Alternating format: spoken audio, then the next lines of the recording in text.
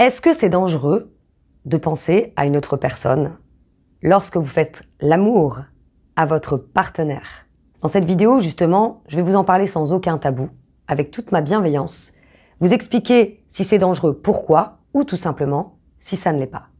Attention, action.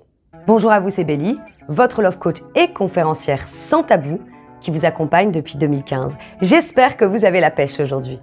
Si vous ne me connaissez pas encore, sur cette chaîne YouTube, j'aide les hommes à réussir leur vie sentimentale de façon authentique et leur vie sexuelle.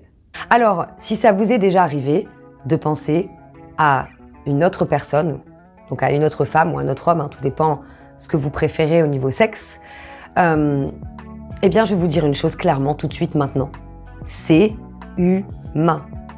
L'imagination c'est une partie intégrante de nous, que ce soit homme ou femme. Le désir pour une autre personne, eh bien c'est ce qui nous rend aussi vivants, le désir sexuel. Nous ne sommes pas des robots. On ne peut pas avoir que du désir, une envie exclusivement pour une personne, sinon il faudrait mettre des œillères. Ça, c'est un sujet ultra tabou, parce que jamais vous allez entendre entre potes, excusez-moi, ah tiens, au fait, hier en faisant l'amour à ma femme, j'ai pensé à la tienne. Bah non, bien évidemment que non. Là, c'est dangereux.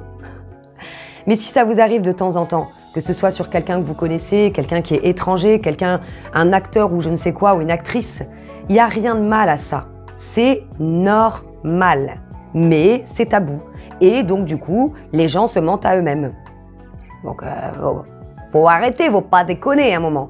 Maintenant, c'est pas dangereux si ça arrive de temps en temps. En revanche, si c'est constamment que vous pensez par exemple à une autre femme quand vous faites l'amour à la vôtre, là, c'est pas éthique. Ça, c'est pas authentique. Donc, la solution dans ce cas-là, eh bien, c'est de raviver la flamme. Pourquoi pas faire des jeux de rôle? Mais là, c'est que vous avez besoin, eh bien, d'autre chose. Et ça, encore une fois, c'est normal. Nous aussi, les femmes, ça nous arrive. Donc, vous l'avez compris, c'est dangereux si vous avez besoin de penser à quelqu'un d'autre pour faire l'amour à votre partenaire. C'est dangereux. C'est pas éthique, c'est pas bon pour vous non plus. Parce que finalement, il y a quand même des limites. Au niveau énergie, ça se ressent de toute manière, si vous n'êtes pas là. Qu'est-ce qui est dangereux aussi? C'est de l'appeler par un autre prénom. Ah bah là, vous allez comprendre ce que c'est du rodéo féminin. Bim, bim, bim, boum. Ça m'est déjà arrivé. Enfin, ça m'est déjà arrivé qu'on m'appelle par quelqu'un d'autre. Ouais, je m'en souviens bien de celle-là. Bon, après, c'était les débuts, c'était pas très grave. Mais bon, la personne l'a nié. Vous voyez, c'est ce genre de choses. J'ai pas été plus loin parce que je m'en foutais.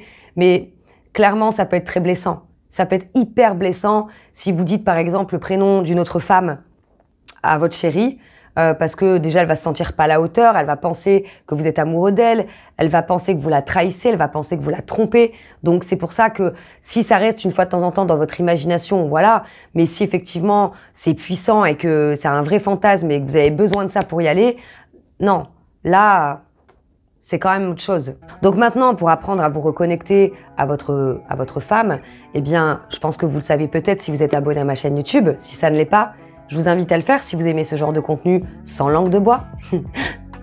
Ça me fait penser au cunilingus, du coup, jeu de mots, puisque je parle beaucoup de sexualité, donc ça me fait rire.